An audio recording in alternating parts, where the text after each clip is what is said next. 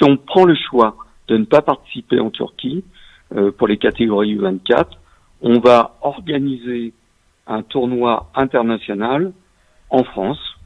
Alors, il y avait déjà une prévision d'un tournoi international au niveau de l'Angleterre pour les U19. Justement, vous avez justement par rapport à ce tournoi international, vous avez parlé justement avec les différentes fédérations que vous souhaitez inviter potentiellement dans ce tournoi.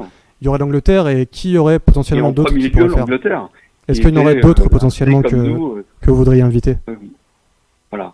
Donc, et après, on va éventuellement, on va solliciter toutes les nations proches de la France, c'est-à-dire la Hollande, l'Espagne, la Belgique, l'Allemagne, pour participer à ce tournoi international qui se ferait, parce qu'on a déjà pris un peu de l'avant par rapport à cette organisation.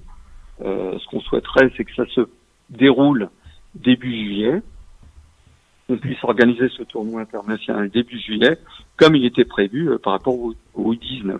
Et quelle serait on va dire la deadline pour se dire c'est bon, on organise ce tournoi par rapport là, de toute façon, en mars, ça va être décidé. En mars, la décision sera faite sur les équipes participantes en Turquie.